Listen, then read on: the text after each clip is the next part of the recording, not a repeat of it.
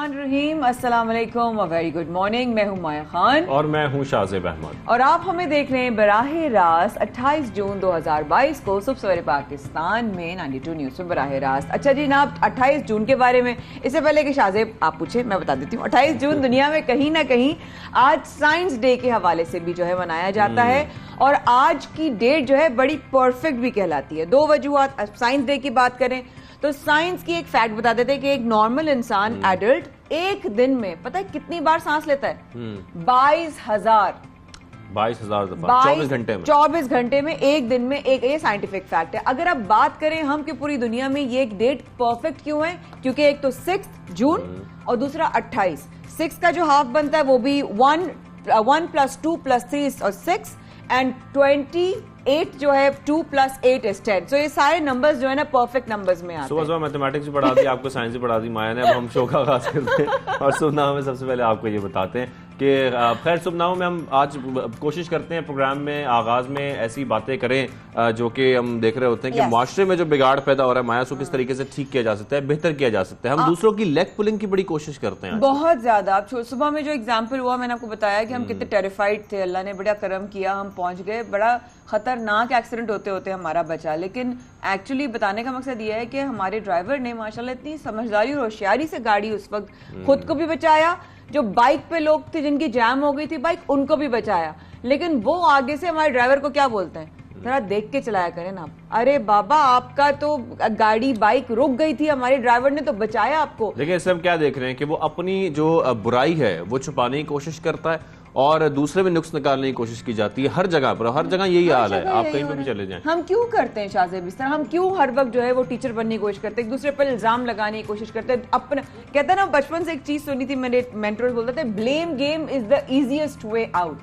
सबसे पहले आप अगले को, ये मेरा काम नहीं हो, मेरा चश्मा टेढ़ा है तो ये शाहजेब की वजह से होगा, या टेबल टेढ़ी होगी, या लाइट उल्टी हो गई होगी। आप ये नहीं देख रहे कि आपने इस चश्मे को गलत रखा है। और जब दूसरों में अच्छाई ढूंढने की कोशिश करेंगे तो आपके रवैये में भी बेहतरी आएगी। जब हम अक्सर आजकल बातें करते हैं कि रवैया लोगों का बड़ा खराब होता जा रहा है एक दूसरे के लिए, तो उसमें बेहतरी आएगी। तो कोशिश करें दूसरों में जितनी अच्छाई ढूंढ सकते हैं वो ढूंढें, बुराई ना करें और इस तरीके से आपके लिए भी आसानियां पैदा होंगी और उनके लिए भी आसानियां पैदा होंगी। तो ये मुस्बत पहलुओं पर जो हमने बातें की हैं उस वजह से की हैं प्रोग्राम के आगाज में, ताकि जितनी कोशिश हम कर सकते हैं लोगों के रवैये में बेहतरी लाने में वो हम कोशिश कर सकें।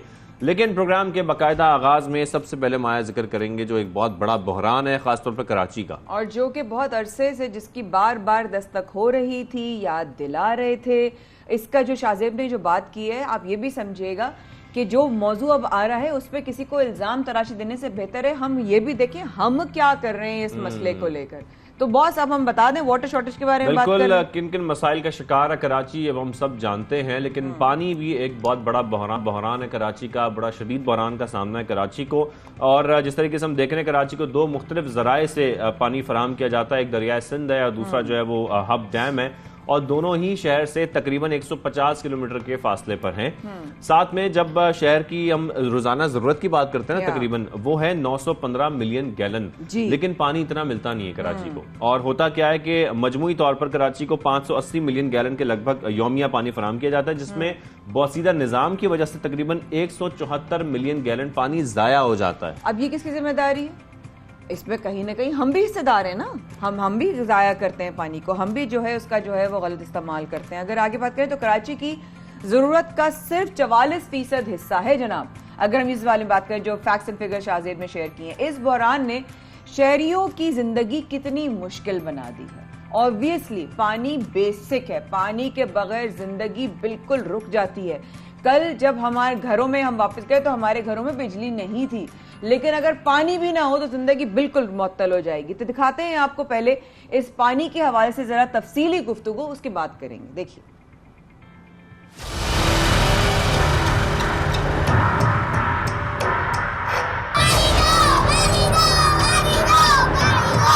पानी काफी दिनों से नहीं आ रहा है, गड्ढे पे भर भर के लेके आते हैं। कोई हमारा परेशानी हाल नहीं है यहाँ पर, जिसको वाटर बोर्ड वाले पर गए, सबके पास गए, पार्टी वालों पर गए, कोई भी पानी देने को तैयार नहीं है लाके। हर कोई आता है हमसे बातें करके चला जाता है और पानी का मसला हमारा हल नहीं हो रहा है। अब ये कि पानी का कुछ ना कुछ करें। अभी जो आए थे बोर्ड लेने के लिए वो यही कह रहे थे कि एक लाइन यहाँ से आपको दी जाएगी, लेकिन नहीं, अभी कोई कुछ मसला हल नहीं हुआ कुछ भी। कहाँ है दी उन्होंने लाइन? कहाँ दिए, वो वहीं के वहीं रुक गई बस। पानी के पीछे तो सब परेशान है, पानी तो खोलो तो सही ना, आगे से वाली बंद करा हुआ है।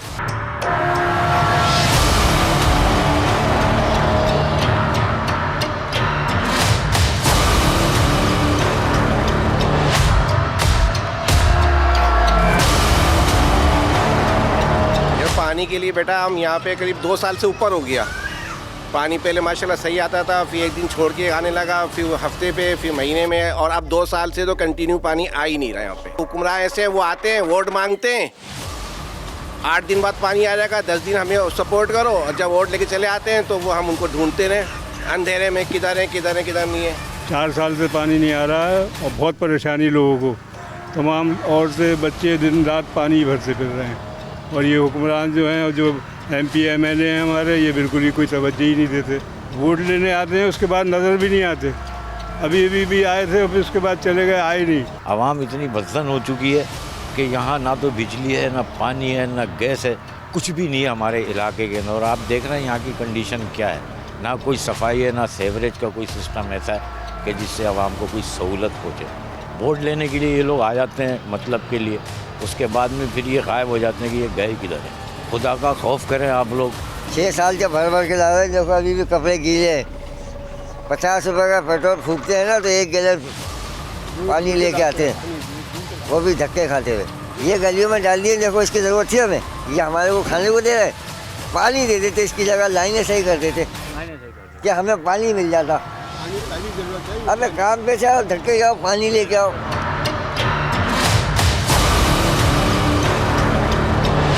हम जो गरीब आदमी, हम बोरिंग तो करवा नहीं सकते। अब जिसने बोरिंग लगाई उनके ही पानी नहीं आ रहे। अब ये पानी नहीं आ रहे तो क्या करें, बच्चे ला के भी अधमरे हो गए। 8 साल हो गई पानी को नहीं आए हुए, 8 साल। और 8 साल से बच्चे इतने से और इतने बड़े बड़े हुए हैं जो पानी ला के दे रहे हैं।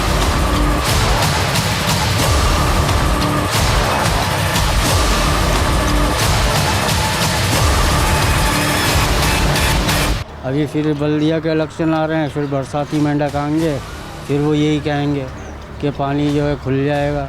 जब ये जीत के चले जाते हैं तो उनका जो मामूली सा प्यून होता है ना, वो भी कम वक्त आके यहाँ ये नहीं देखता है कि यहाँ क्या मसला है क्या नहीं है। यहाँ तो पानी बिकता है, छोटी छोटी टंकियाँ आ रही हैं गलियों में और वो 800 रुपये की दे रहा है, और ट्रक आते हैं वो तो 3000 2500, कोई मसला हल ही नहीं हो रहा। अब बोरिंग भी इतनी नीचे चली गई है, 2 लाख से 2.5 लाख रुपए लग रहे हैं हाँ एक बोरिंग को।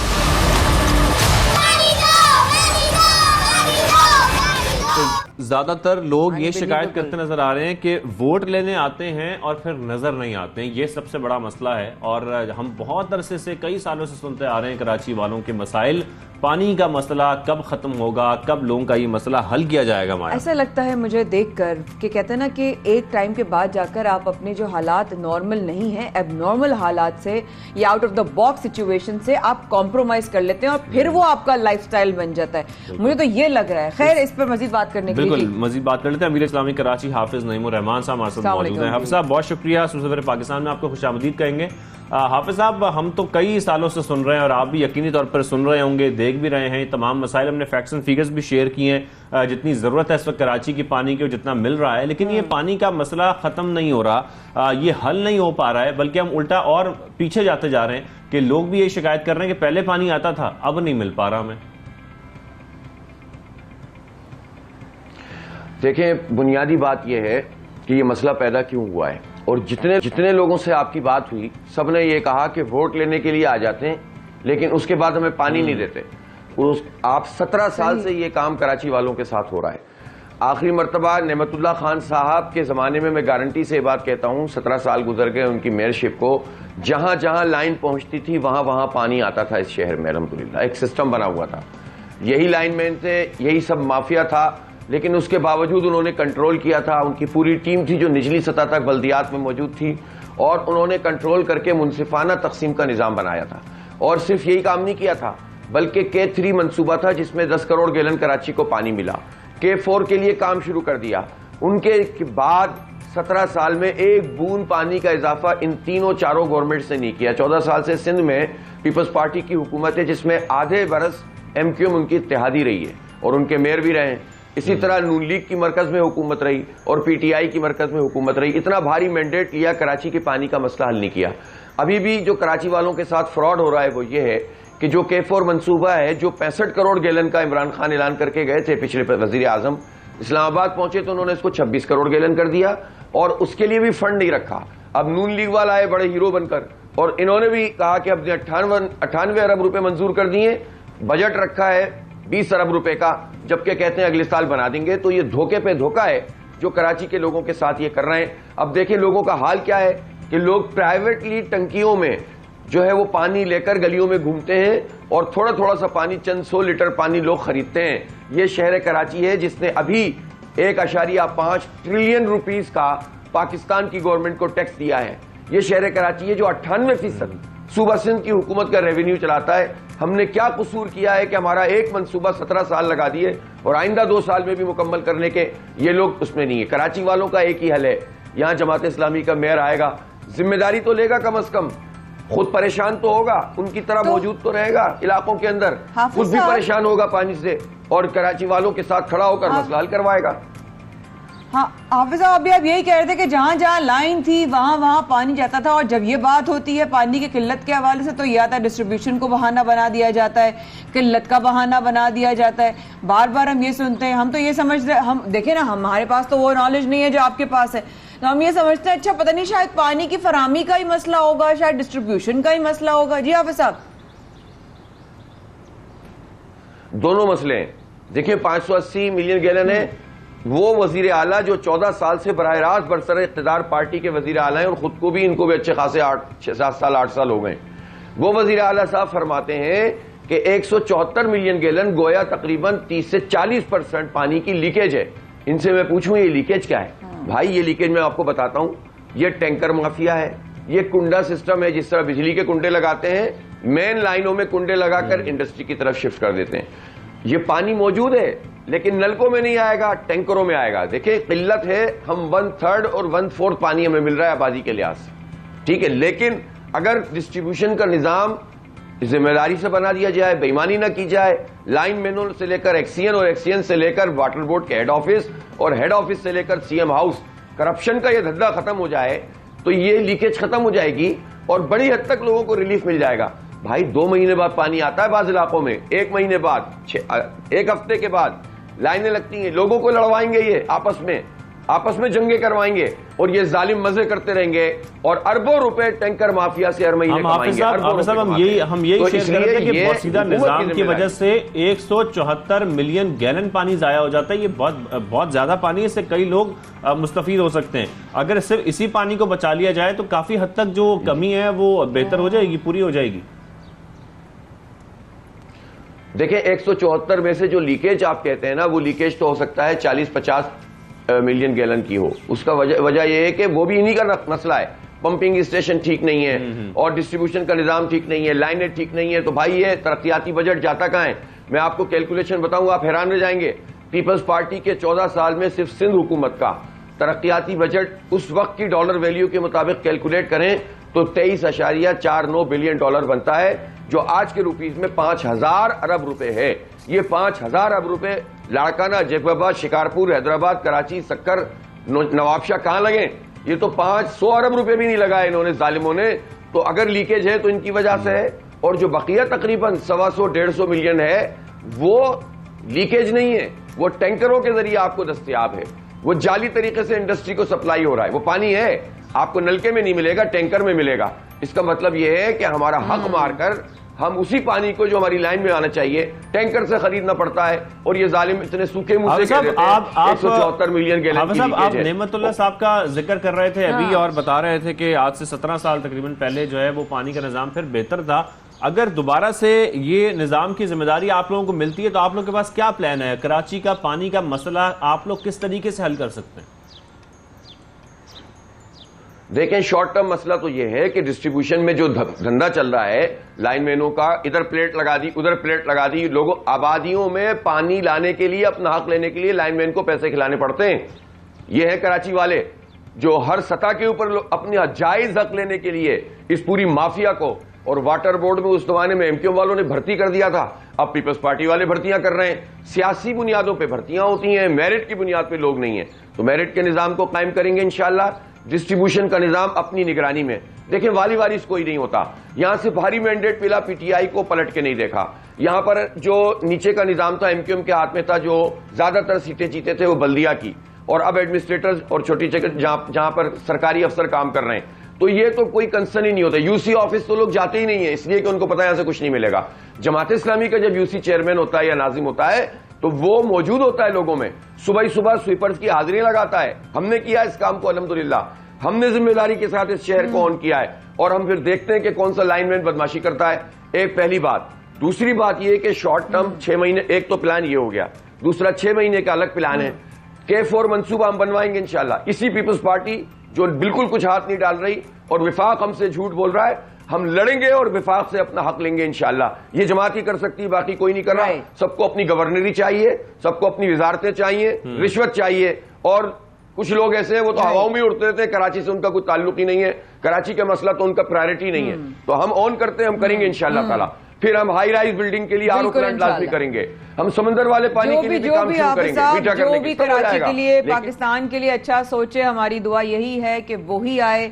अल्लाह पाक जानता है दिलों के हाल, और यही दुआ है कि जो भी हमारे शहर के हालात बेहतर करेगा हमारे लिए, अल्लाह से यही दुआ है कि वो ही आए। बहुत शुक्रिया हाफिज साहब हमारे साथ मौजूद थे, आपके वक्त का। कराची में शॉर्टेज की खबर और तबसरे के बाद अब हम चलेंगे पाकिस्तान पर। अक्सर लोग ये पूछते हैं, मैं भी आपसे पूछूंगी, ये कर्जा क्यों है हम पर?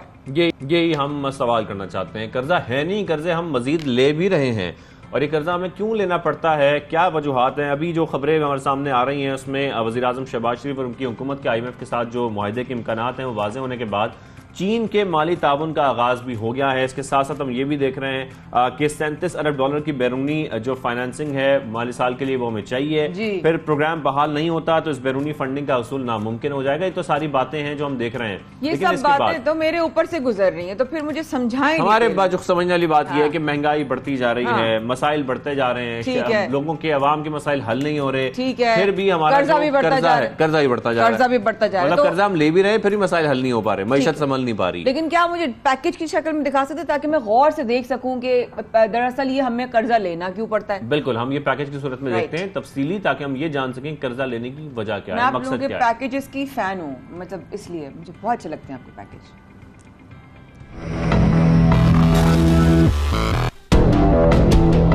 कर्ज ये वो चीज है जो जिस शख्स या मुल्क पर हो उसके लिए टेंशन का बाइस बनती है। दुनिया भर में कई ऐसे ममालिक हैं जो कर्ज लेते हैं। अहम बात यह है कि कर्ज से हासिल होने वाली रकम खर्च कहाँ की जाती है। ये रकम पैदावारी ज़राए पर खर्च करके कौमी आमदनी में इजाफा किया जाए तो मुल्क की मईशत मजबूत और करेंसी की कदर मुस्तहकम रहती है। कर्ज को गैर पैदावारी ज़राए, सरकारी मुलाजमीन की तनख्वाहों की अदायगी पर खर्च कर दिया जाए तो GDP में इजाफे, मईशत के इस्तेहकाम और मकामी करेंसी की कदर में बेहतरी का ख्याल दिल से निकाल देना चाहिए। इन दिनों पाकिस्तान में भी कर्जों की बहुत गूंज है। साबिका हुकूमत के रहनुमा कर्जों का बोझ बढ़ने का कह रहे हैं, तो नई हुकूमत कर्जों से मुताल्लिक नई किस्तों के लिए पुरुम्मीद है। अगर हम इस वक्त मुल्क के मजमूई कर्जों पर नजर डालें तो स्टेट बैंक के मुताबिक रवा माह तक पाकिस्तान के मजमूई कर्ज में एक साल के दौरान 6,625 अरब रुपए का इजाफा हुआ। वजीर खजाना मिफ्ता इस्माइल ने ट्वीट में बताया कि चीन ने पाकिस्तान को 2.3 अरब डॉलर का कर्ज दिया है। अगर तफसीली जायजा लें तो 20 दिसंबर 1971 जुल्फ़िकार अली भुट्टो जब सदर पाकिस्तान बने तो पाकिस्तान का मजमूई अंदरूनी और बैरूनी कर्जा 30 अरब था। 1973 60 अरब, 1977 97 अरब, 1985 में मजमूई कर्जों का हजम 309 अरब तक पहुंच चुका था। 1988 तक कौम 523 अरब के कर्जों तले दब चुकी थी। 1990 बेनजीर भुट्टो के दौर में कर्जों का हजम 711 अरब तक पहुंच गया। 1993 में कर्जों का बोझ 1135 अरब तक पहुंच चुका था। 1996 में मुल्क का मजमूई कर्ज 1704 अरब तक पहुंच गया था।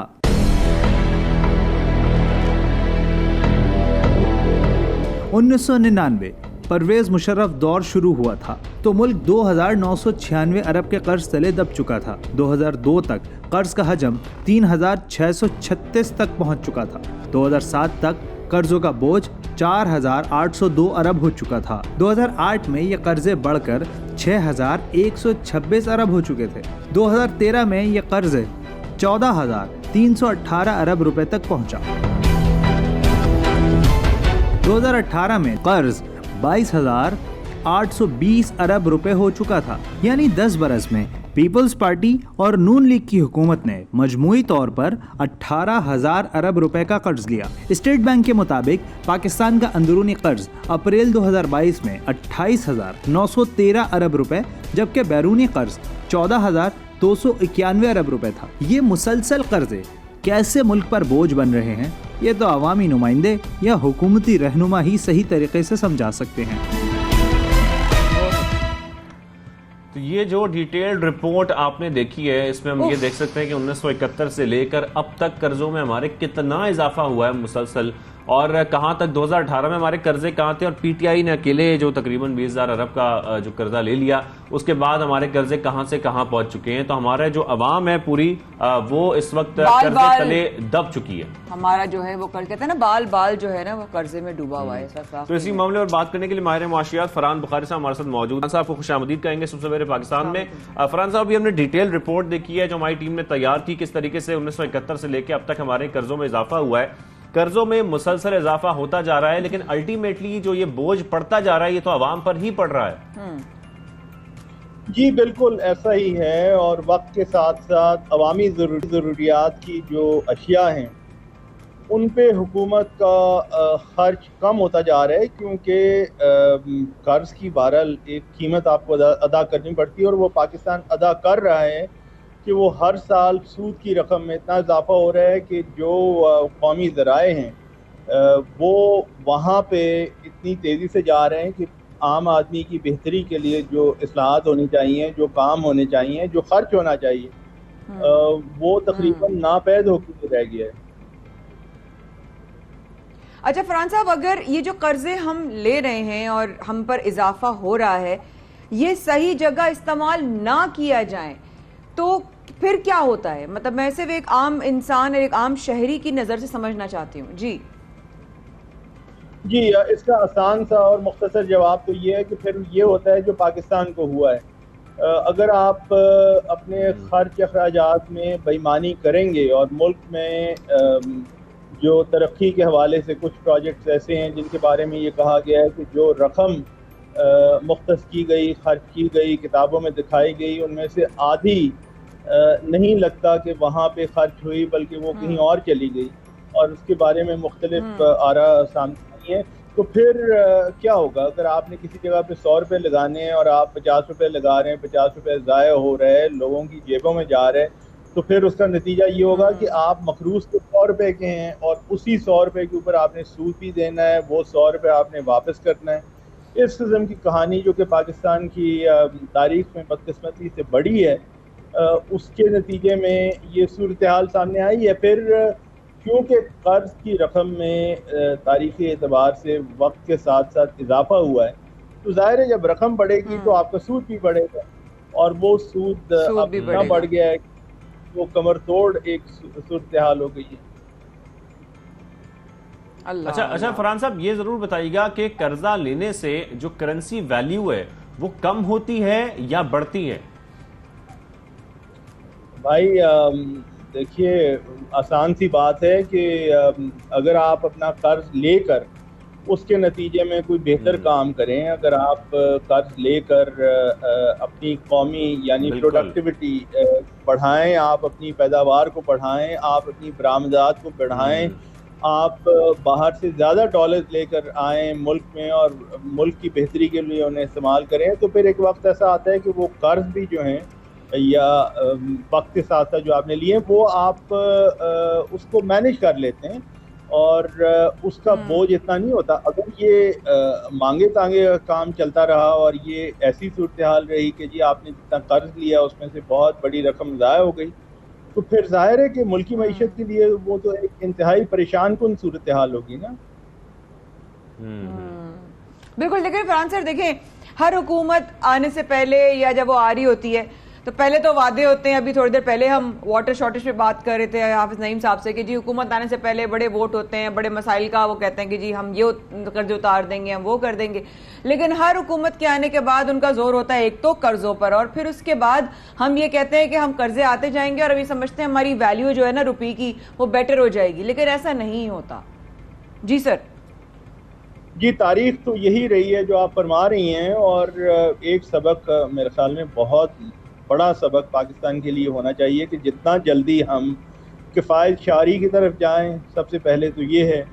दूसरा ये है कि सही मानों में निजकारी की तरफ जाएं, क्योंकि हुकूमत के, सरकार के कई इदारे हैं जो कि मुल्क के लिए बहुत बड़ा बोझ बन गए हैं। आप चाहे एयरपोर्ट पे जाएं, PIA का काउंटर देख लें, वहाँ पे जिस किस्म की सूरत हाल होती है, आप मुल्क में निकलें, आप कराची की स्टील मिल्स के बारे में सवाल और जवाब करें। ये एक लाइन है लंबी सफ़ेद हाथियों की, और ये सफ़ेद हाथी वक्त के साथ पाकिस्तान पे इन्होंने मज़ीद बोझ डाला है और इस वक्त भी डाल रहे हैं। जब तक के पाकिस्तान के 22 करोड़ आवाम के हक में फैसला नहीं किया जाएगा कि इन इदारों से जहाँ तक मुमकिन हो जान छुड़वाई जाए, तब तक बेहतरी नहीं आएगी। मसलन मैं आपको एक छोटी सी मिसाल देता हूँ। आज से 14-15 साल पहले जब मुल्क के एक मारूफ सनतकार ने ये कहा कि PIA के हालात इतने ख़राब हो गए हैं कि अगर इसे टोकन $1 या $1 पे भी दे दिया जाए, बेच दिया जाए, तो ये मुल्क के लिए बेहतर होगा। उस पर बहुत वावेला मचा, यूनियंस ने शोर मचाया, दौरों ने शोर मचाया। लेकिन सूरत हाल ये है कि 15 साल में हुकूमतों ने जितना पैसा दिया है PIA को कायम और दायम रखने के लिए, उतने पैसे में तो शायद छोटी मोटी एक और अच्छी एफिशिएंट एयरलाइन बन जाती। बिल्कुल यही हाल एयरलाइन शुरू बिल्कुल सही है, बिल्कुल सही, बिल्कुल सही। कई मिसाल है, 14 साल हो गए जब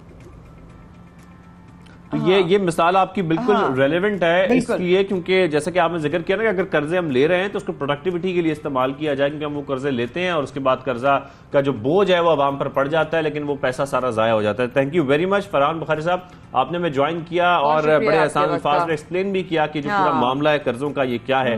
लेकिन यहाँ पर छोटी सी ब्रेक लेते हैं। जाने से पहले आपको बताएं कि मेरा पेन भी गिर गया, लेकिन जो सर के दर्द की अद्वियात हैं वो मार्केट में उनकी किल्लत हो चुकी है। वजह इस वक्फे के बाद।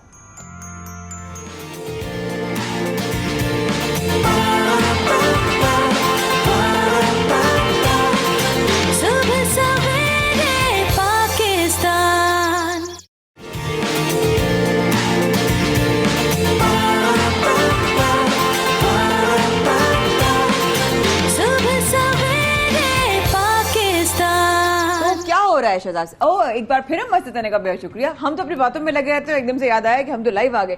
शाहजी बहुत ज्यादा हो रहा है ना आजकल मूवमेंट के, इलेक्शन हो जल्दी हो जाए, क्या क्या वजह है उसकी? और कोई सर्वे वगैरह अगर हो ना, पता चले कि क्या हो रहा है, लोग कितने % चाहते हैं इलेक्शन होना, कितने % नहीं चाहते। कितनी अच्छी बात है, इससे पता लग जाएगा कितने लोग चाहते हैं कि इलेक्शंस हो जाएं, कितने लोग नहीं चाहते।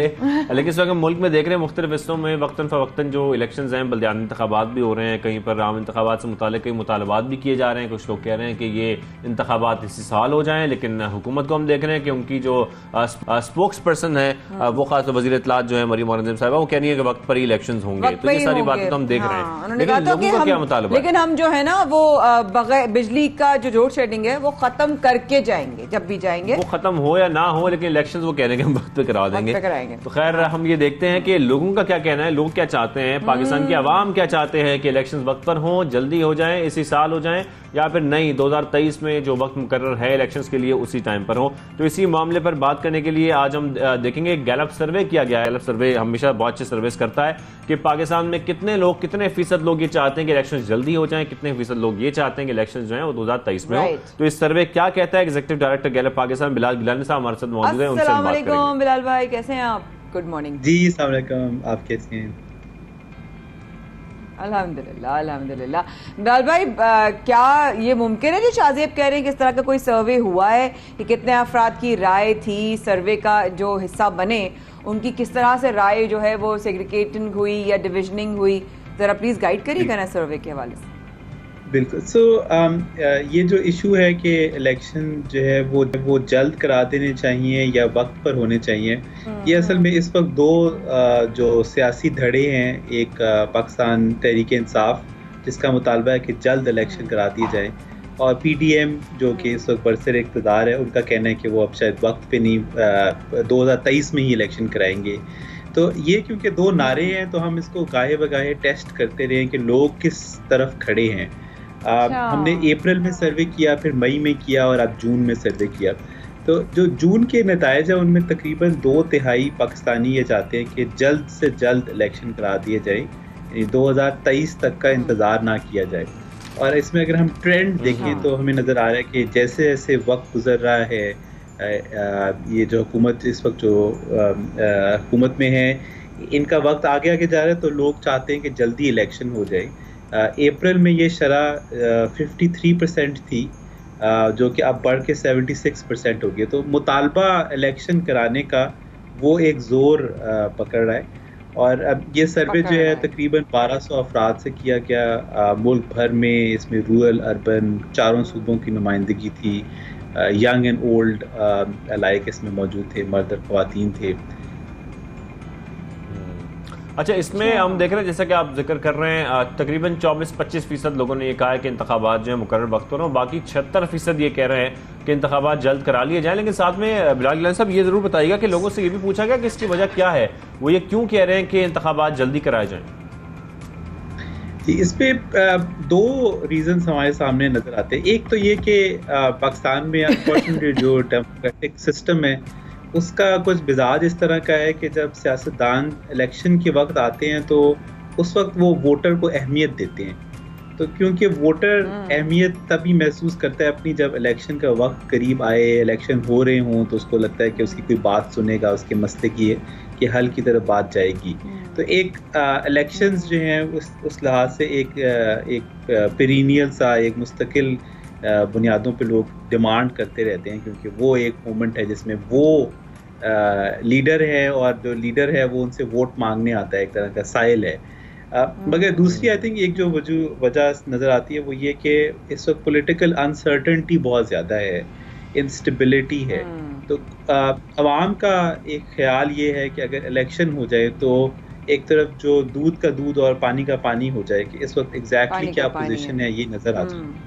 तो उनके ख्याल से शायद ये इंस्टेबिलिटी को रिड्यूस करने में मदद, यही बड़ी वजह है। यही बड़ी वजह। अच्छा बिलाल भाई, अगर हम शॉर्ट टर्म में देखें 3 to 6 months में, क्योंकि देखिए हम इतनी रैपिडली चेंज आ रहा है मुल्क की हालात में, कभी हुकूमत जो है वो रातों रात चेंज हो जाती है, फिर रातों रात जो है वो महंगाई बढ़ जाती है, फिर रातों रात घंटों के फर्क से पेट्रोल की प्राइसेस बढ़ जाती हैं, और फिर उसके बाद बहुत कुछ हो जाता है, जस्ट मैटर ऑफ आवर्स में सिचुएशन बदलती है। तो हम शॉर्ट टर्म 3 to 6 months में देखें तो कितने फीसद, कोई ऐसा कोई फिगर है जो शेयर कर सकते हैं कि लोग पुरुम्मीद हैं कि हालात बेहतर हो जाएंगे या थोड़े से बेहतरी की तरफ जाना स्टार्ट भी हो जाएंगे? Anything in that direction? एक हमने इसी में ये सवाल किया कि आपके ख्याल से अगले 6 महीने में पाकिस्तान के हालात बेहतर होंगे, ख़राब होंगे या वैसे ही रहेंगे? तो उसमें 52% जो हैं उनका ये कहना है कि हालात बेहतर हो जाएंगे। तो इस वक्त जितनी भी मुसीबतें हैं, हम एक बड़ी पुरुम्मीद सी कौम है, एक हमारा ईमान भी है इस बारे में कि अच्छा वक्त आएगा। तो मगर इस सब के बावजूद जो है वो लोग पुरुम्मीद हैं कि इंशाल्लाह आने वाला वक्त जो है वो बेहतरी की तरफ जाएगा। But at the same time 47% Pakistani जो हैं वो नाउमीद हैं, 52% पुरुम्मीद हैं। तो ये उम्मीद और गैर उम्मीद वाले लोग जो हैं ये तकरीबन बराबर हैं। अच्छा बिलाल साहब, कुछ ऐसे लोग तो नहीं थे जो ये कह रहे हो कि नहीं हम तो तंग आ गए और हमने किसी को वोट डालना ही नहीं है, हमने कुछ करना ही नहीं है इंतखाबात में, क्योंकि हमारे जो बुनियादी मसाइल हैं वो तो हल किए ही नहीं जा रहे? ये जब भी हम सवाल पूछते हैं तो तकरीबन 20 से 25% लोग जो हैं वो इस कैटेगरी में फॉल करते हैं, जो कहते हैं कि इस वक्त मैंने अभी सोचा नहीं है इस मौजू के ऊपर, और ये कि मेरे ख्याल से कि कोई भी पार्टी अच्छी नहीं है। और इसमें हमने इंटरेस्टिंगली ये देखा कि एक काफ़ी बड़ी तादाद यंग लोगों की जो 18 से 24 साल के हैं, जो पहली दफ़ा पाकिस्तान के किसी भी इलेक्शन में अब वोट डालने जाएंगे, उनमें ये शरह सबसे ज़्यादा होती है कि जो अनडिसाइडेड हैं इस वक्त, और उनका कहना है कि वक्त आएगा तो फिर देखेंगे।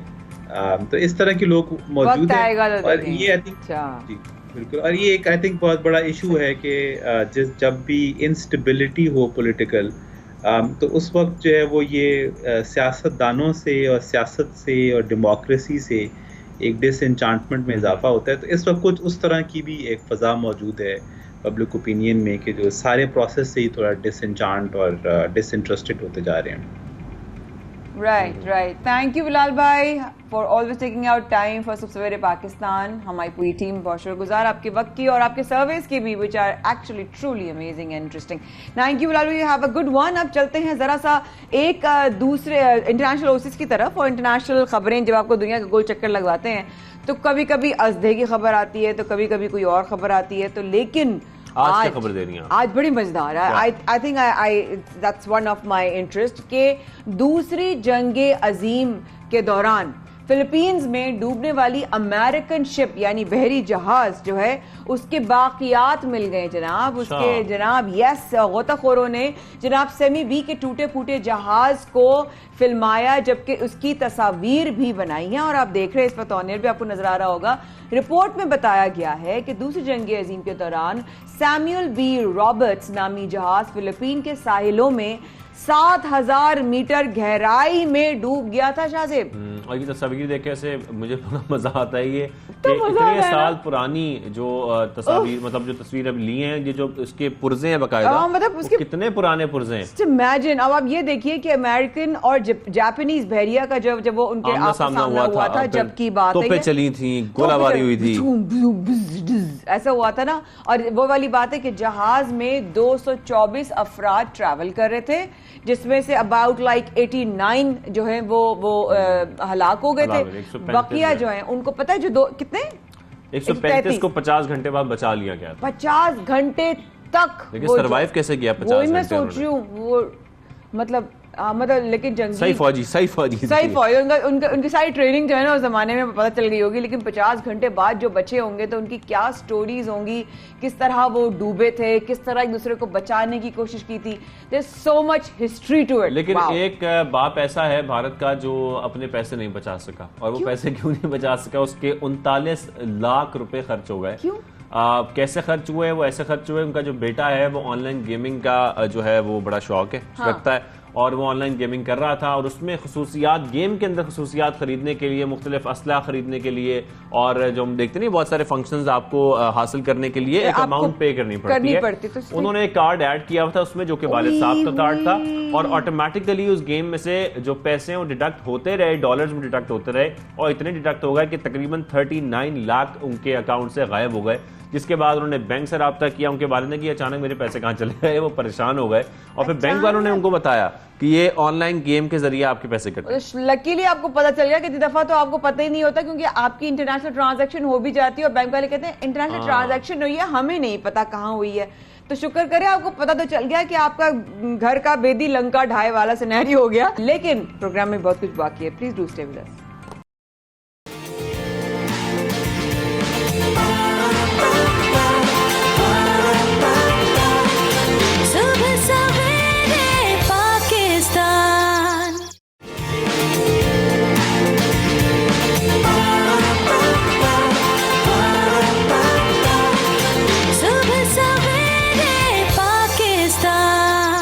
एक बार फिर हमारे साथ रहने का बेहद शुक्रिया। उम्मीद है आपकी सुबह हमारे साथ मालूमात से भरपूर और खुशगवार गुजर रही होगी। तो अब मौसम खुशगवार तो हो रहा है, लेकिन साथ साथ अपने वो पैकेज में चैलेंजेस भी लाता है, और उसमें बिजली का जाना भी होता है, पानी का भरना भी होता है, लेकिन कहीं कहीं पानी बहुत ज्यादा जो है वो आ जाता है। बिल्कुल, कराची का हम जिक्र करते हैं तो यहाँ तो बारिशें इतनी ज्यादा नहीं हुई अभी तक, क्योंकि जो प्री मानसून का जिक्र किया जा रहा था, अभी मानसून का आगाज होने वाला है। उसमें कहा जा रहा है कि अभी फिर अब ये चांस है, जवाब भी बता भी रहे थे कि बारिशें बहुत ज्यादा होंगी सितंबर तक है। बिल्कुल, और लेकिन बलूचिस्तान में हमने ये देखा कि हालिया बारिशों ने शदीद तबाही वहां पर फैलाई, और लेकिन उसके साथ साथ जो अच्छी बात है, हम ये देख रहे थे कि एक तरफ तो ज़ेर-ए-आब आ गए कुछ इलाके, लेकिन वहां पर इमदादी कार्रवाइयां फौरी तौर पर की गई। बलूचिस्तान हुकूमत की जानिब से जो इमदादी कामों की वजह से जो वहां पर टीमें थी वो वहां पर पहुंची, उन्होंने कोशिश की जो लोग फंसे थे उनको भी निकाला जा सके, जो लोग वहां पर परेशान थे इसकी वजह से वो एरियाज भी क्लियर कराने की कोशिश की गई। ओके, मैं आपसे एक सवाल करना चाहती हूँ कि जब भी कहीं का भी बारिशों का खदशा होता है या ओवर फ्लडिंग का डर होता है या खौफ होता है,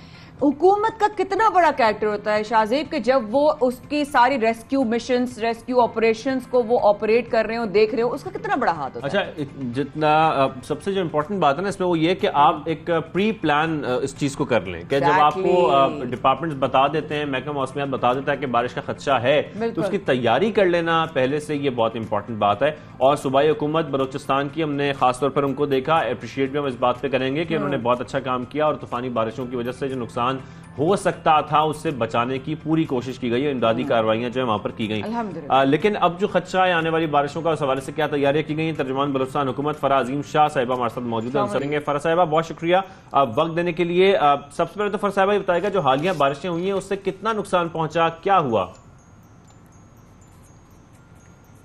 जी, thank you so much for having me on your show. और अभी ये देखें, ये 5 जुलाई को जो मॉनसून का सीज़न है वो शुरू होगा, और ये जो अभी हालिया बारिशें हुई थी ये प्री मॉनसून का सीज़न था, और इसमें तकरीबन कोई 13 के करीब कैजुअलिटीज़ हुई हैं और 28 जो हैं वो इंजरीज़ हैं। और इसके साथ साथ जितने भी डेप्यूटी कमिश्नर्स हैं अपने अपने डिस्ट्रिक्ट्स के, उन्हें मतलब इंस्ट्रक्शंस दे दी गई हैं कि वो रिपोर्ट्स तैयार करें कि डैमेजेस कितने हुए हैं लाइव स्टॉक के और एग्रीकल्चर पॉइंट ऑफ व्यू से, और ब्रिजेस भी इसमें आते हैं, रोड्स भी आते हैं। तो वो रिपोर्ट्स जो हैं with in a couple of days जो हैं वो रेडी हो जाएंगी, तो वो मैं आपके साथ फिर एक्चुअल जो फैक्ट्स एंड फिगर्स हैं वो शेयर कर सकूंगी। लेकिन मैं आपको ये भी बताऊं कि बिकॉज ऑफ द मतलब preparation of all the stakeholders, जिसमें PDMA भी शामिल थी और जो डिस्ट्रिक्ट हमारी इंतजामिया थी वो भी थी, और इसके साथ साथ गवर्नमेंट ऑफ बलूचिस्तान ने ऑलरेडी सबको इंस्ट्रक्शंस जारी की हुई थी, तो प्रॉपरली जो सारा मैनेजमेंट था वहाँ पर वो हो गया था, और रिलीफ का जो सारा ऑपरेशंस था वो भी था। रेस्क्यू, रिलीफ एंड रिहेबिलिटेशन, ये 3 ही चीज़ें होती हैं PDMA की। और इसके साथ साथ अभी जो आगे हमारा 5 जुलाई को जो मॉनसून का जो सीजन है वो शुरू होने जा रहा है, उसके लिए भी टीम्स जो हैं वो मुकम्मल तौर पर रेडी हैं। यही मेरा सवाल था फराह, आपसे मेरा नेक्स्ट सवाल यही था कि आपने जिस तरह कहा ना 1 जुलाई के बाद से पूरे पाकिस्तान में मॉनसून जो है वो बाकायदगी के साथ आएगा कि शदीद बारिश और शदीद बारिश है। सितंबर तक we are actually been told and predicted कि भाई बहुत ज्यादा बारिशें होंगी तादाद में। अब ये तो आपने वो हमसे फैक्ट्स एंड फिगर शेयर किया और बड़ी दुआ है कि जो इंजर्ड हैं अल्लाह ताला उनको ज्यादा सेहतियाब करे। लेकिन अब जो आने वाला है, अब जो फेज आएगा, जी जी जी जी जी जी नहीं, आप अपना क्वेश्चन कंप्लीट कर लें माया। जी जी, अब जो आने वाला है फराह, बस ये बता दीजिएगा कि अब जो आने वाला है बारिशों का सीजन, उसके लिए तैयारी पहले जो की थी वो तो जाहिर है प्री मॉनसून की थी, लेकिन अब जाहिर ज्यादा तैयारी चाहिए होगी, आपको ज्यादा सपोर्ट चाहिए होगी, ज्यादा आपको फाइनेंसेस चाहिए होंगे। क्या आप उस हिसाब से प्रिपेयर्ड हैं, या आपको जो मदद चाहिए या जो आपको बात भी करनी है आप प्लीज जरूर कीजिएगा। जी फराह। जी जी, अल्हम्दुलिल्लाह, ये जो पहले अभी जिस तरह मैंने आपको कहा कि प्री मॉनसून था, ये तो कम बारिशें थीं। अब तो जो मॉनसून का बाकायदा तौर पर सीजन शुरू होगा तो बारिशें बहुत ज्यादा हम एक्सपेक्ट भी कर रहे हैं। अच्छा, ऐसे जब इश्यूज आते हैं या इस किस्म की, जिस तरह कोई अर्थक्वेक हो खुदा न खास्ता, या इसके अलावा और भी कोई इश्यूज हों, तो उससे पहले जो प्रिपरेशन होती है उसके लिए एक कंटिजेंसी प्लान जो होता है वो तैयार किया जाता है। तो कंटिजेंसी प्लान तैयार करके तमाम डिस्ट्रिक्ट्स के साथ शेयर कर लिया गया है, और इसमें तमाम स्टेक होल्डर्स, जैसे आपका एग्रीकल्चर का डिपार्टमेंट, CNW का, वापडा का, इवन इसमें FC और आर्मी भी, तो वो जो एक कंटिजेंसी प्लान है वो तैयार करके PDMA की जानिब से तमाम स्टेक होल्डर्स के साथ शेयर कर लिया गया है। और इंशाल्लाह हमें उम्मीद है कि जो आने वाला मॉनसून का सीजन होगा उसे कम्प्लीटली हम टैकल कर लेंगे, और नुकसानात हमें पूरा उम्मीद भी है और यकीन भी है कि नुकसानात हमारी कोशिश है कि जितने कम से कम कार्रवाइयों में किन मुश्किलात का सामना रहा है जब बारिशें वहां पर हुई हैं और अभी भी जो खदशा जाहिर किया जा रहा है, क्या परेशानियां आती हैं, क्या मुश्किलात आती हैं इमदादी कार्रवाइयों में? खासतौर पर कोई खास इक्विपमेंट की भी जरूरत है इस वक्त बलूचिस्तान गवर्नमेंट को? जी देखिए, इमदादी कामों में देखिए जब इस किस्म का कोई डिजास्टर आता है जिसमें वही मैंने आपसे कहा अर्थक्वेक है या सैलाबी हमारे जो चीज़ें होती हैं ये सब कुछ होता है तो मुश्किलात का सामना तो करना पड़ता है, लेकिन अगर आप ऑन टाइम प्रिपेयर होते हैं अपनी कंटिजेंसी प्लान के साथ तो फिर मुश्किलात में कमी भी आती है। यहाँ पर एक बड़ी अहम बात मैं आप लोगों के साथ शेयर करूं और मीडिया भी इसमें बहुत ज़्यादा अपना जो एक रोल है वो प्ले कर सकती है कि अवेयरनेस की लोगों में बहुत ज़्यादा कमी है। मैं यहाँ आपको बताऊं माया, ये जो हरनाई का वाकया हुआ और सिब्बी में ये जो 5 एक ही फैमिली के लोग जिनकी डेथ्स हुई हैं अभी ये प्री मॉनसून में, उनका यही वजह थी कि अवेयरनेस नहीं थी लोगों को। हालांकि वहां के मकामी लोगों ने उन्हें ये बताया कि पानी का जो है बहाव बहुत ज्यादा है, गाड़ी ना गुजारें, तो लेकिन वो फिर भी नहीं माने। वो फैमिली और गाड़ी गुजारी और वो गाड़ी जो थी वो पानी लेके बहा के ले गया। तो एक अवेयरनेस कैंपेन भी अभी इंतजामिया की जानिब से, गवर्नमेंट ऑफ बलूचिस्तान की जानिब से, PDMA की जानिब से अब शुरू कर दी गई है ताकि लोगों को बताया जाए जब इस किस्म की सिचुएशन हो तो उन्होंने किस तरीके से टैकल करना है। जी फरा, आपने बड़ी अच्छी बात की है। आपकी बात से मुझे एक आइडिया आया है, I am only suggesting it. बाकी आप लोग ऑब्वियसली हुकूमत आप देखिए, आप तर्जुमान हैं कि जिस तरीके से सोशल मीडिया एक बहुत बड़ा किरदार अदा करता है, स्पेशली जो फोरम्स हैं जैसे कि व्हाट्सएप है, फेसबुक है, इंस्टा है, टिकटॉक है, इस पे बहुत ज्यादा लोग जो है वो एक्टिव भी हैं। तो क्यों ना कैंपेन्स की वीडियोस बनाई जाएं जो सर्वाइवर्स हैं कि जी हमने ये एहतियात नहीं की थी, आप लोग एहतियात करें, या कोई इस तरह का मैसेज जो है बलूचिस्तान गवर्नमेंट की तरफ से तो लोग उसको फॉरवर्ड भी कर सकेंगे, देखेंगे वीडियोस आउट ऑफ इट, वो अपनी रील्स भी बना सकते तो इस तरह करके अवेयरनेस भी होगी और लोग एक दूसरे से शेयर। वेरी वेल सेड जी, बिल्कुल बिल्कुल जी माया, वेरी वेल सेड। आपने बहुत इंपॉर्टेंट पॉइंट यहाँ पर हाईलाइट किया। यही मैं आपको कह रही थी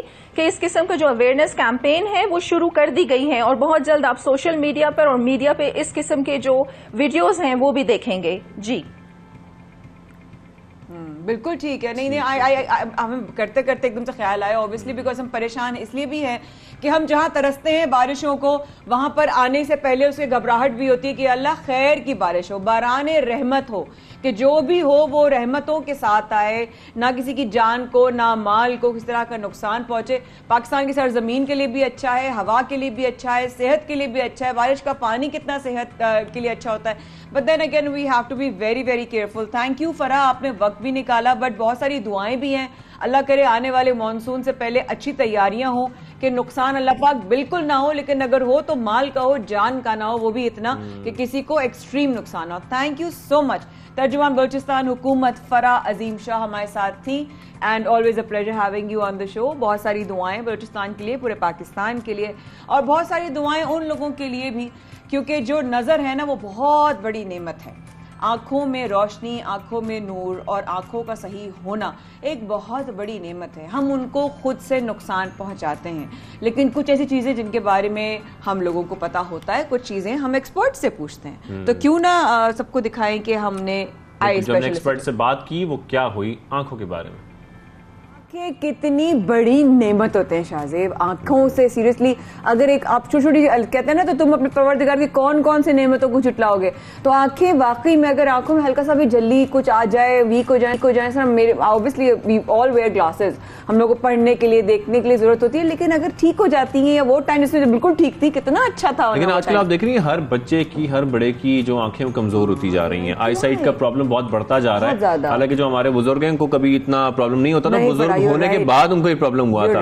और आज हम छोटे छोटे बच्चों को देख रहे हैं कि बहुत मोटी मोटी ग्लासेस लगी हुई है, लेकिन हम जब बात करते हैं आंखों की कमजोरी की, तो आंखें ड्राई हो जाती हैं, विटामिन ए की कमी हो जाती है। ये विटामिन की कमी क्यों होती है? क्यों आपकी आंखें ड्राई हो रही हैं, क्यों कमजोर हो रही हैं, आई साइट वीक हो रही है? आज इस पे हमने बात करनी है कि हमारी ग़िज़ा भी मैटर करती है। और किसी विटामिन की कमी, मैंने सुना था कि आपको वीकनेस नहीं होती, लेथार्जिकनेस नहीं होती, हड्डियों में दर्द होता है, विटामिन डी कम हो जाता है, लेकिन विटामिन का आंखों से भी कोई, यानी कि विटामिन ए का ताल्लुक आंखों से भी होता है, ये मुझे पता नहीं और था। इम्पोर्टेंट बात ये कि जो आप खाते पीते हैं वो डायरेक्टली प्रोपोर्शनल है कि आपकी आंखें कैसी चल रही हैं। अगर आपकी आंखें मुतासिर हो रही है, इसका मतलब है आप डिपेंड करता है कि आप क्या चीजें खा रहे हैं। तो विटामिन ए आपको कैसे लेना है और क्या करना है, कैसे अपनी आंखें बेहतर बनानी है, हम तो आपको नहीं बता सकते। तो ये आपको कौन बताएगा? ये आई स्पेशलिस्ट ही बताएगा। डॉक्टर अफीफा शम साहिबा हमारे साथ मौजूद है, उनसे बात करेंगे। अस्सलाम वालेकुम, कैसी हैं आप? मैं ठीक हूँ। कैसी है? ठीक ठाक है। बहुत दिनों बाद आपसे मुलाकात हो रही है और बड़ी जबरदस्त आज का जो शाजिब भाई ने क्या टॉपिक जबरदस्त आज का तो शेयर किया है हमारे साथ। हम तो हमदन गोश हैं, आप बताएं ना। मैं बताऊं? हाँ। आप पूछे ना, फिर बताएंगी। तो बाकी में विटामिन का ताल्लुक आंखों से विटामिन का, हाँ आपने ये जो बताया ना कि विटामिन ए का जो ताल्लुक होता है, एक तो इसका ये ताल्लुक होता है कि जो हमारा रेटिना होता है जिसमें इमेज पड़ता है और हमें आगे नज़र आता है, उसकी जो विजुअल पाथवे और उसकी जो डेवलपमेंट होती है उसके अंदर इसका बहुत इंपॉर्टेंट रोल है विटामिन ए का। अगर इसकी डेफिशिएंसी होगी तो यूजुअली कुछ लोग आते हैं जो नाइट ब्लाइंडनेस की कंप्लेन के साथ आते हैं, तो वो पेशेंट्स में विटामिन ए ही हम बहुत ज़्यादा स्टार्ट करवा रहे होते हैं, क्योंकि विटामिन ए की डेफिशिएंसी की वजह से नाइट ब्लाइंडनेस होता है और ड्राई आइज़ की तरफ जाता है। उसके अलावा भी डिफरेंट विटामिन होती हैं, वाइटामिन होती हैं जो आँखों के लिए, रेटिना के लिए, कॉर्निया के लिए और डिफरेंट जो इन्फेक्शंस होते हैं और उसके अलावा जो सर्कुलेशन होती है आई की, वो उसके लिए इम्पोर्टेंट होता है। का जो जिक्र कर रहे हैं हम वो बेहतर कर सकते हैं ताकि हमारी आंखें बेहतर हो जाएं। हम विटामिन ए ऐसे फ्रूट्स ले लें या दीगर चीजें लेने से हमारी विटामिन पूरा हो। जी, विटामिन ए के लिए जो है अच्छा डिफरेंट होती हैं, जैसे कि एक तो आपका फिश ऑयल टैबलेट्स होती हैं, उसमें ओमेगा 3 का भी रोल जो है आपकी आई की ड्राइनेस से रिलेटेड होता है और आपके जो विजन सिस्टम को बेटर करने के लिए जो चीज़ें ज़रूरी होती हैं वो इम्पॉर्टेंट होता है। तो फिश आपने वंस अ वीक स्टार्ट करनी है। उसके अलावा आपने डेयरी प्रोडक्ट्स में योगर्ट और जो दूध होता है उसके अंदर विटामिन ए भी आपको मिल जाएगा। और एक और इम्पॉर्टेंट चीज़ होती है ल्यूटिनिन और ज़ीज़ैंथेनिन जो होता है, जो इसलिए इम्पॉर्टेंट होता है कि जब हम एज की तरफ बढ़ते हैं तो एक ARMD होता है जो एज रिलेटेड मैक्यूलर डीजनरेशन होता है। मैक्यूला इज अ थिंग जो आपका सेंट्रल विजन क्लियर करता है। जब सेंट्रल विजन आपका चला जाता है, you can't see the face, driving, इन सब में आपको नहीं नज़र आता है। ARMD होता है, एज रिलेटेड होता है। अगर आपने स्टार्ट में इस चीज़ पे नहीं फोकस किया तो ये आगे जाके इस तरह से पेशेंट हमारे पास प्रेजेंट करता है कि फिर हम उसको उस वक्त बहुत कम बचा सकते हैं।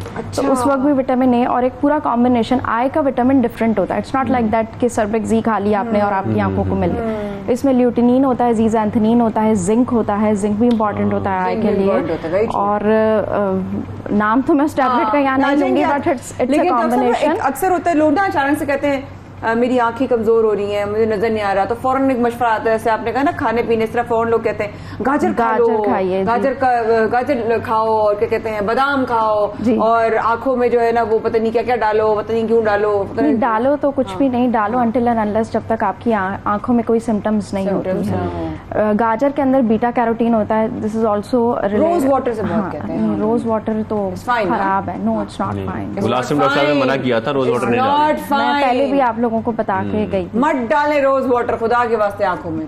बीटा कैरोटीन होता है, कैरेट में होता है जो ARMD और कैटरेक्ट से भी जो है वो प्रिवेंट करता है। और इसमें विटामिन ए भी होता है जिसकी वजह से आपका विजुअल पाथवे, विजुअल डेवलपमेंट, ये सारी चीज़ें आपकी सही होती हैं। तो आपने फिश इंक्रीज करनी है। फ्लैक्स सीड्स जो होते हैं they are the rich source in omega 3। और आपने जो है वो अपना एग्स का जो यॉक होता है वो विटामिन ए का रिच सोर्स है।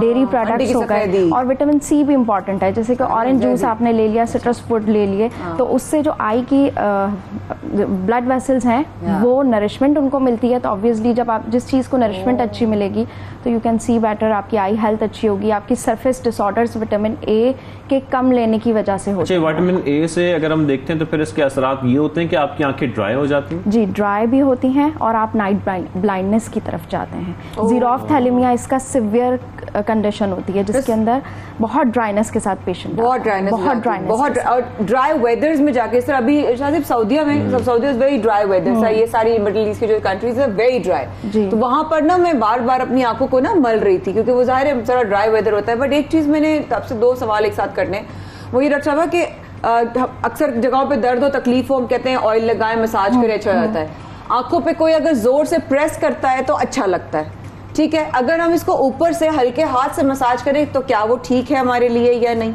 ठीक है, ये जरूर बता दीजिए पहले साथ साथ। वैसे जब ब्लीफराइटिस होता है ना, जो ड्राई आइस का ही एक फॉर्म होता है, ऑयल के ग्लैंड्स बंद हो जाते हैं, तो इसके डिफरेंट मसाजेस होते हैं जो करने पड़ते हैं आपको ना, यहाँ से इस तरह से करना पड़ता है। और दूसरा ये करना होता है कि आपने टॉवल को गर्म पानी में डिप करना है और उसको आंखों के ऊपर रखना है फॉर 4 to 5 टाइम्स। तो यहाँ जितने भी छोटे छोटे ऑयल के माइक्रोस्कोपिक ग्लैंड्स होते हैं तो वो खुलते हैं, आपको ड्राई आइज में हेल्प होती है। ओह, यानी कि ऊपर भी हल्का, यानी घर में आप ये कर सकते हैं कि अपनी आंखों को इस तरह का एक ये मसाज कर सकते हैं। आप बताइए, जैसे यूं हल्का प्रेस करें। हाँ, यूं करके, और आप उसको गर्म टॉवल रख के, जैसे हम फेशियल करते हैं यूजुअली। हाँ, अच्छा डॉक्टर साहब, एक बड़ी प्रॉब्लम है आजकल, क्योंकि कराची में ये मसला ज्यादा होता है, हवा बहुत चल रही होती है, जो समंदर के पास रहती है, रेत आंखों में जाती है, छोटे छोटे जो बारीक उसके जर्रे होते हैं वो चले जाते हैं, कोई गंद वैसे भी चले जाते हैं जो अक्सर लोग ट्रैवल कर रहे होते हैं।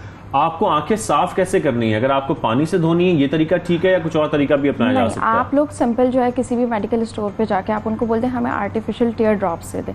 कराची का एनवायरनमेंट ऐसा है कि हर दूसरे बंदे को, आप लोगों को भी ये सिम्टम्स होती होंगी क्योंकि कंप्यूटर आपका यूसेज ज़्यादा, तो वो ड्रॉप्स डाल के उससे आपने वॉश करना है, या नॉर्मल सलाइन आता है वो तो आपको इजीली मिल जाता है, उससे वॉश करना है। टैप वाटर नहीं यूज़ करना।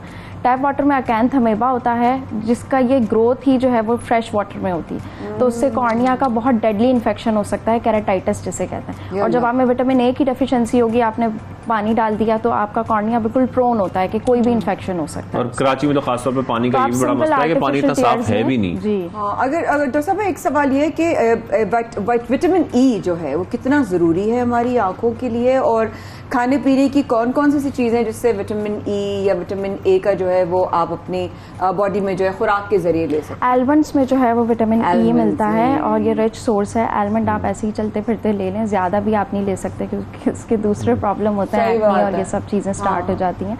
तो विटामिन ई भी जो है वो सरफेस डिजीज़ से बचाता है और इन्फेक्शन से जो है वो आँखों को बचाता है। तो आपने दूध, अंडा, योगर्ट, डेयरी प्रोडक्ट जितने भी हैं, ऑरेंज जूस और फ्लैक्स सीड्स हो गए। अच्छा, प्लांट्स का बहुत रोल है। जो आपकी फ्रेश वेजिटेबल्स हैं उसमें ल्यूटिनिन और ज़ीज़ैंथेनिन होता है जो आपको ARMD, age related macular degeneration से बचाता है। दूसरा, सॉल्ट इंटेक अपना कम करें क्योंकि हाइपरटेंशन की वजह से भी आंखों की वेसल्स पे इफेक्ट पड़ता है। और डायबिटीज़ को कंट्रोल रखें। और सिर्फ आप मेडिसिन लेके नहीं कर सकते, आपने बाहर जाना है, आपने प्रोटेक्टिव सनग्लासेस पहनना है, आपने अपने आई डॉक्टर को हर साल नहीं तो 2 साल बाद आपने उसे विजिट करना है। And if you are diabetic और हाइपरटेंसिव तो हर 6 मंथ्स बाद आपने विजिट करना है। बिल्कुल, तो ये खुराक का आपने खास ख्याल रखना है। और जो सनशेड्स की बात कर रहे हैं, इसमें भी हमने एक सेगमेंट किया था कि सनशेड्स भी आपने सही वाले इस्तेमाल करने हैं, जो ये हर जगह मिल रहे होते हैं गली गली में, वो नहीं इस्तेमाल करने, उससे भी आपकी आंखें इफेक्ट हो सकती हैं। Thank you very much doctor साहिबा। डॉक्टर अफीफा हमारे साथ मौजूद थी और बहुत ही इन्फॉर्मेटिव होता है इनका सेशन, क्योंकि उसमें हम ये जान सकते हैं कि हमारी आंखें कितनी इंपॉर्टेंट है, एक नेमत है, इसका ख्याल हमें कैसे करना है। बिल्कुल ऐसा ही।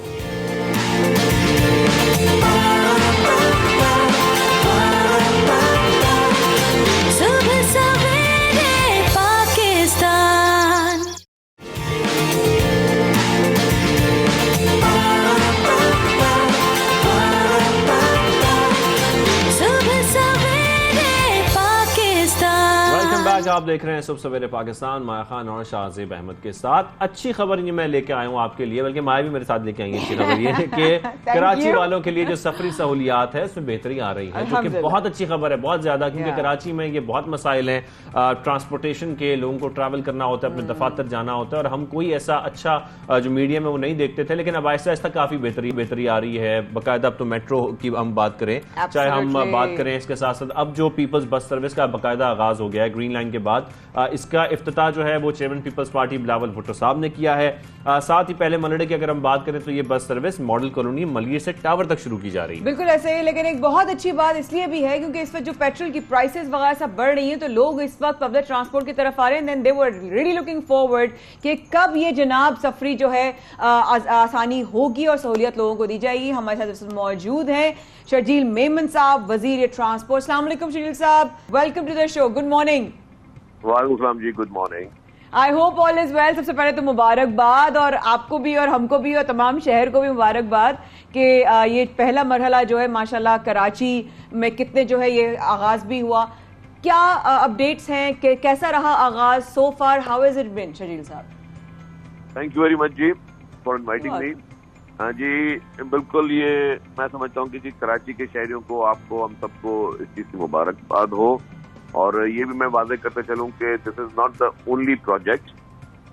ये पहले फेज में ये प्रोजेक्ट चल रहा है और हफ्ते 10 दिन में हमारा जो सेकंड प्रोजेक्ट है इंशाल्लाह वो भी आ जाएगा। That will be the orange line. और ऑरेंज लाइन प्रोजेक्ट जो है दैट्स BRT और उसमें भी बसेस इस वक्त जो है वो टेस्ट चल रही है, टेस्ट ड्राइव चल रही है और वो भी जल्दी हो जाएगा। उसके साथ रेड लाइन पर भी गवर्नमेंट काम कर रही है। रेड लाइन को भी स्टार्ट कर, उसका जो डेवलपमेंट वर्क है, कंस्ट्रक्शन वर्क है, वो स्टार्ट हो गया है। इसके साथ साथ चेयरमैन बिलावल भुट्टो जरदारी साहब एंड चीफ मिनिस्टर साहब का ये विजन है कि मजीद बसेस इसमें ऐड हों तो और मजीद भी हम बसेस जो है वो इंट्रासिटी के लिए उसकी प्रोक्योरमेंट करेंगे। इसके साथ साथ एक और भी चीज मैं आपके साथ शेयर करता चलूँ कि हम लोग फोकस कर रहे हैं कि क्योंकि ये बसेस बाहर से आती हैं, इम्पोर्ट होती है, महंगी पड़ती हैं, डॉलर के रेट से आपको पता है। तो 2 कंपनी से तो मेरी बात चल रही है, एक टर्किश कंपनी है, एक चाइनीज कंपनी है और हम ये चाह रहे हैं कि वो दोनों कंपनी अपना प्लांट, मैन्युफैक्चरिंग प्लांट जो है वो कराची में लगाएं।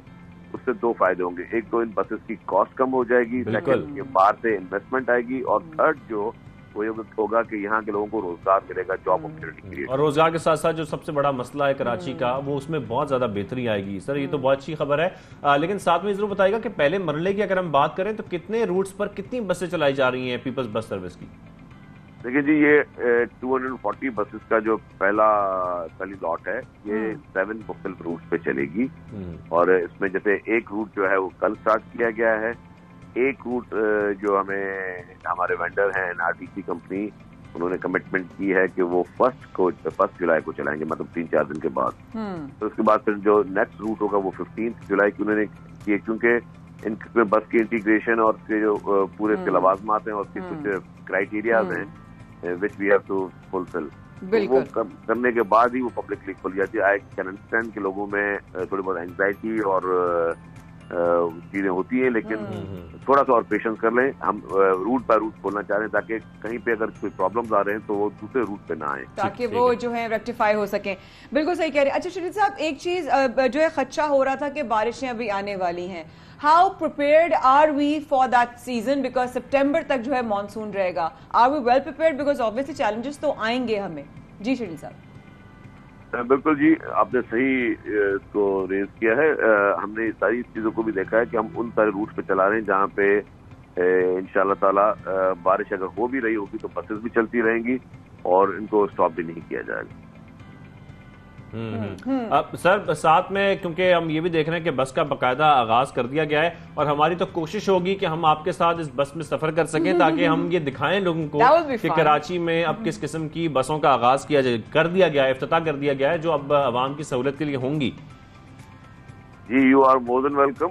आप टाइम रखते हैं, हम आपके साथ चलेंगे, आपकी टिकट भी हम भरेंगे और साथ टिकट आप सबकी टिकट भर के हम बस में आप सफर करेंगे। हाँ नाइस। देखिए साहब, कितना अच्छा हो जाएगा ना कि इस सर्विस की वजह से लोग सस्ते सफर की तरफ जा सकेंगे, अफोर्डेबल कर सकेंगे, अपनी लाइफ के थोड़े से एक्सपेंसेस एंड फाइनेंसेस को वो कंट्रोल कर सकेंगे। अच्छा एक चीज शरीफ साहब, जी प्लीज कंटिन्यू कीजिए। जो पेट्रोल और डीजल के रेट बढ़ गए हैं, हमने इसकी कैलकुलेशन भी कर रहे थे, क्योंकि ये इनके जो लॉन्गेस्ट रूट है वो 35 किलोमीटर तक कुछ है एवरेज। अगर कोई शख्स अपने बाइक में भी 35 किलोमीटर जाएगा तो उसको भी एटलीस्ट 1 लीटर उसका जो है वो उस पर खर्च होगा और 1 लीटर आपको पता है कि 200 प्लस। बिल्कुल। तो उसमें अगर उसको 50 रुपीज में एयर कंडीशन बस मिले और बेहतर तरीके से उसको सफर कर सके तो आई थिंक वो उसके लिए ज्यादा बेहतर भी है। कोई हेक्टिक भी नहीं है, कोई फटीक भी नहीं है और मजे के साथ AC बस में वो सफर करे। इसको एडवांस सब्सिडी जो है वो गवर्नमेंट ने पे की है for the period of 10 years और इसकी VAT और मेंटेनेंस भी NRTC जो कंपनी है उसके हवाले। तो मैं इसी तरफ आ रहा था शजील साहब कि जो मेंटेनेंस है ये बड़ी इंपॉर्टेंट है। कोई भी बस सर्विस या कोई भी मंसूबा जब शुरू किया जाता है तो उसको सस्टेनेबल बनाने के लिए उसकी मेंटेनेंस बड़ी इंपॉर्टेंट होती है। खासतौर पर हम जो पुरानी बसें देखते हैं सड़कों पर जो कि अब फिटनेस में बहुत पीछे रह गई हैं, क्या उनको हटाया जाएगा और उनको रिप्लेस किया जाएगा? क्या किया जाएगा, इसके लिए क्या प्लानिंग की जा रही है? देखिए जी, कराची में वो बसेस बहुत एक बड़ी तादाद में वो चल रही हैं जो कि पुरानी बसेस जिसे हम लोग कह रहे हैं। इसमें ये कि हमने इनसे जो एग्रीमेंट किया है NRTC से वो ये किया कि जहाँ जहाँ पे हमारी ये बसेस चलेंगी वहाँ पे पुरानी बसेस की रूट परमिट से वो खत्म कर दी जाएंगी। तो सिर्फ इन लोगों को, सिर्फ इस बस सर्विस को वो रूट परमिट्स होंगी। ट्रांसपोर्टर्स का जो इशू है कि जी ट्रांसपोर्टर्स काफ़ी टिकट से यहाँ पे बसेस चला रहे हैं। मैंने उनसे मीटिंग की, उनको मैंने ये ऑप्शन दिया कि जी आप भी इन बसेस को आप ऑफ रोड करके आप इस तरह की बसेस लेकर आए। आपको जो भी सब्सिडी चाहिए गवर्नमेंट की तरफ से, जो हेल्प चाहिए, कोई लोन चाहिए, उसमें government is willing to provide you. आप खुद ये बस सर्विस चलाएं, आप बेहतर बस सर्विस चलाएं। तो हमने उनको ऑप्शन दिया है। मैंने उनको ये भी कहा कि if you can not afford, आप कुछ कंसोशियम बनाकर ले आएं ताकि हम आपकी उसमें हेल्प करें, बैंकिंग सेक्टर से आपकी हम मदद करें, जो गारंटीज चाहिए हम आपको देने के लिए तैयार हैं। तो अभी तक वो ट्रांसपोर्ट इतना उससे अट्रैक्ट नहीं हो रहे हैं, बट उनको मैं यही आपसे पूछ रहा था, क्या वो इस बात पे मान रहे हैं कि हम ये कर लें? जी अभी तक वो मतलब कहते हैं ट्रांजिशन में, हाँ अभी मतलब इतना ज्यादा को ये समझने में उनको कन्विंस अभी तक नहीं हो सके। अच्छा, बट हम लोग उनको कोशिश कर रहे हैं कि वो कन्विंस हो जाएं ताकि हम हमारे टोटल चेंज कर सकें। अच्छा श्रीजी साहब, बस आपके एक सवाल और करूंगी। आपने कहा कि अभी हम एक एक रूट करके ओपन कर रहे हैं, सो जो एग्जिस्टिंग रूट अभी डिसाइड हो चुके हैं उसमें भी नंबर ऑफ बसेस बढ़ाने का जो है वो इरादा है? बिल्कुल जी है। हमने वहाँ की पूरी ट्रांसपोर्ट की एक सर्वे करके कि जी किस रूट पे कितनी बसेस चल रही हैं, कितनी की रिक्वायरमेंट है, उसी और कितनी देर तक ये बस सर्विस चलानी है पूरे दिन में। तो वो सारी चीजें हम लोग कर रहे हैं उसमें, और इंशाल्लाह उसमें जिन जिन रूट्स को हम लोग चलाते जाएंगे उसमें प्रॉब्लम नहीं होगा। बाकी बहुत सारे डेफिनेटली रूट्स हैं, छोटे रूट्स भी हैं जहाँ पर ये बसें नहीं चल सकती, तो उस पर भी हम लोग पूरी स्टडी चल रही है, काम भी चल रहा है और पैरेलल काम चल रहा है। इंशाल्लाह ऑल द वेरी बेस्ट। उम्मीद करते हैं सर कि ये बसें ऐसी चलती रहें और मजीद बसें जो आ रही हैं वो भी आवाम को, कराची के शहरियों के लिए एक सहूलत का बायस बने। Thank you very much Sharjeel Memon साहब, आपने हमें ज्वाइन किया सबसे पहले पाकिस्तान में। बहुत अच्छा लगता है जब ऐसी खबरें आती हैं, खासतौर पर कराची के लिए कि यहाँ पर ट्रांसपोर्टेशन का मसला हल हो रहा है। So happy. और इस तरह हमारा ओपन इन्विटेशन है सुबह सवेरे पाकिस्तान की टीम को, हम दिखाएंगे आप लोगों को बसेस कैसे, हम ट्रैवल करेंगे शर्जील मेमन साहब के साथ और डेफिनेटली आप देखेंगे। लेकिन यहाँ पर आप पता है क्या देखने वाले हैं, छोटा सा वक्फा हमारे साथ रहेगा और एक बड़ी जबरदस्त खबर लेकर आ रहे हैं इस ब्रेक के बाद। Please do stay with us and once again a very good morning.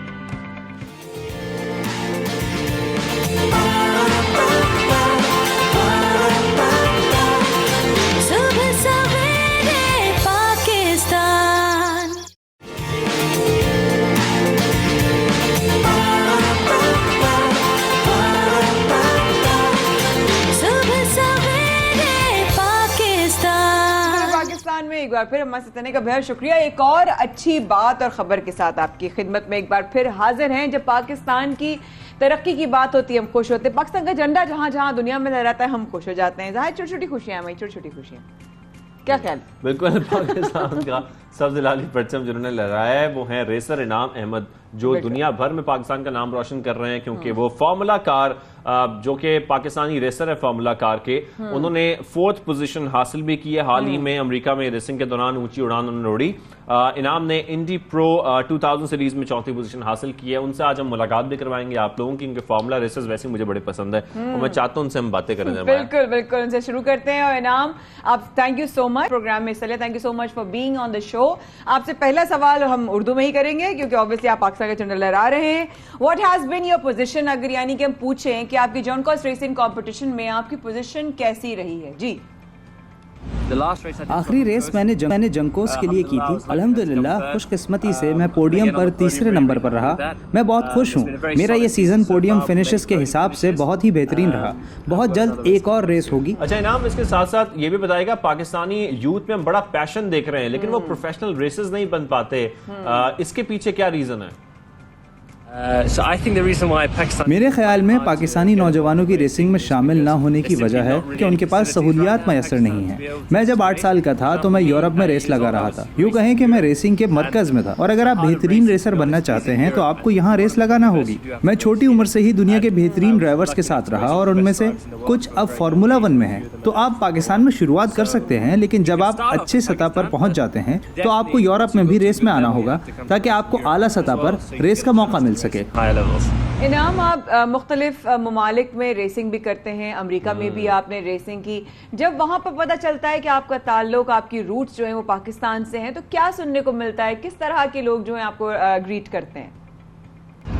तो बैरून मुल्क रेसिंग खास तौर पर पाकिस्तानी परचम के साथ, वो भी अमेरिका में, जहां पाकिस्तान की साख बहुत ज्यादा अच्छी नहीं, पता नहीं ऐसा कहना चाहिए या नहीं।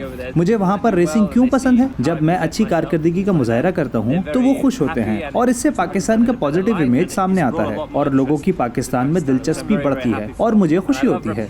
मुझे बैरून मुल्क पाकिस्तान की नुमाइंदगी करना और जीतना पसंद है, यही मेरी असल ख्वाहिश है। लेकिन इनाम, हम अक्सर रेसिंग देख रहे होते हैं फार्मूला कार्स की स्क्रीन पर, मुख्तलिफ चैनल्स पर, और जब हम ये देखते हैं तो हमें ये बड़ा खौफ भी आता है कि बड़ा डेंजरस स्पोर्ट है ये, और इसमें कुछ हादसा भी हो जाते हैं, और उस हादसा की वजह से आपको लगता है कि जो रेसर है उसमें कोई खौफ पैदा हो जाता है, या आप भी कभी कोई खौफजदा हो गए हो?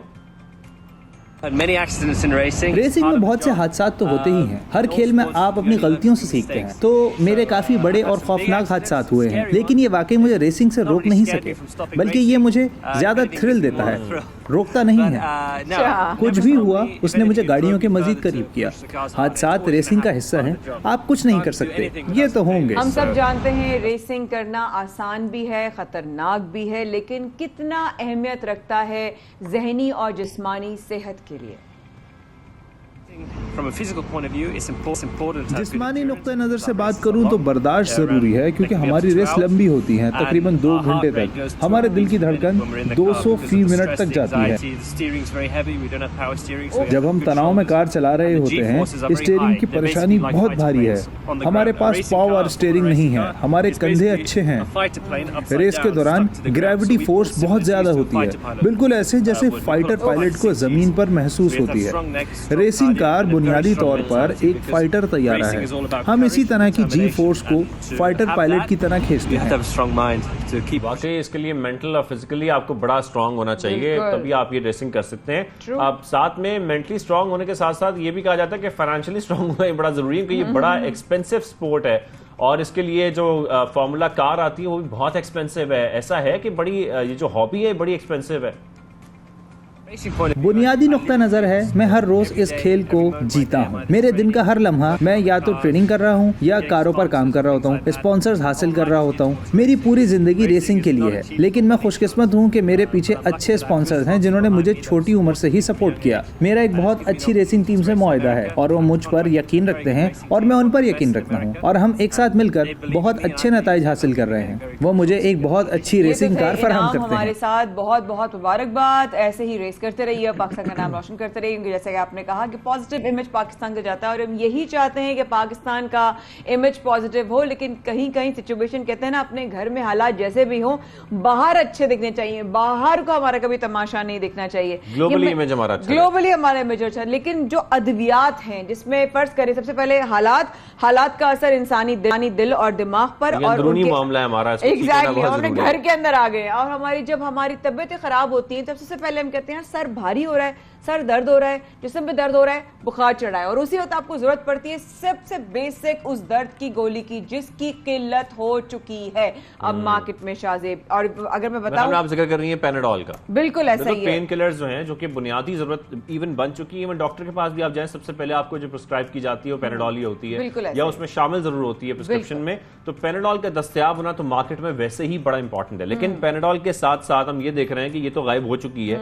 जहनी तनाव, जोड़ों के दर्द, दमा, कैंसर के अद्वियात भी मार्केट में दस्तयाब नहीं है। एक होता है महंगा होना, एक है दस्तयाब ही नहीं है, और लोग परेशान हैं, जो ठोकरे खा रहे हैं, मुख्तलिफ मेडिकल स्टोर्स का रुख करते हैं, अस्पतालों का रुख करते हैं कि उनको ये दवाइयां मिल जाएंगी। जिन घरों में पेशेंट्स हैं माया, उनके लिए सर्वाइव करना कितना इंपॉर्टेंट है। हमारे घरों में मुझे याद है जब अब्बा हयात थे तो एक गोली वो हार्ट की होती है, क्योंकि उससे ताकि वो हार्ट अटैक को वो इग्नाइट होने से रोकती है। हाँ, तो याद है जैसे वो ज़बान के नीचे रखते हैं, वो भी नहीं मिल रही है जनाब। अच्छा जनाब, दिल फेफड़ों की जो इन्फेक्शन से बचने की जो दवाएं हैं वो भी नहीं मिल रही हैं। 40 से ज्यादा अद्वियात की, यानी कि जितना भी हम बता रहे हैं शाज़ेब, वो सारे अप्रॉक्स अबाउट 40 मेडिसिन समेत वो मार्केट में अवेलेबल नहीं है। How alarming is that. और इसी वजह से जो मरीज हैं वो शदीद परेशान हैं, खासतौर पर मरीजों से ज्यादा जो उनके घर वाले होते हैं वो परेशान हो जाते हैं कि जिस मरीज के लिए दवाई या अद्वियात खरीदनी है जाकर, अगर वो मार्केट में दस्तयाब नहीं होंगी। एक तो महंगाई का दौर है, महंगाई इतनी बढ़ गई है कि वो बेचारे दूर जा भी नहीं सकते पेट्रोल लगाकर अपना, जितने की उनको दवाई मिलेगी उतना उनको पेट्रोल लग जाएगा। तो एक तो ये मसला है, और दूसरी प्रॉब्लम ये आ जाती है कि दस्तयाबी नहीं होती, फिर महंगी मिलती है। तो ये तमाम तमाम मसाइल हल होना बहुत ज़रूरी हैं। और इस किल्लत की वजह क्या है, जिस किल्लत का हम जिक्र कर रहे हैं, जैसा कि मैंने बताया 40 से ज़ायद अद्वियात की किल्लत से मरीज परेशान है। इस किल्लत की वजह क्या है, इसी पर आपको ये खुसूसी रिपोर्ट दिखाते हैं। बिल्कुल, रिपोर्ट का पता करती हूँ कि अगर रिपोर्ट नहीं तो फिर हम ठीक है चलें जी, रिपोर्ट दिखाते हैं, फिर उसके बाद हम देखेंगे हमारे किसी एक्सपर्ट से अगर बात हो सके। जी देखिए,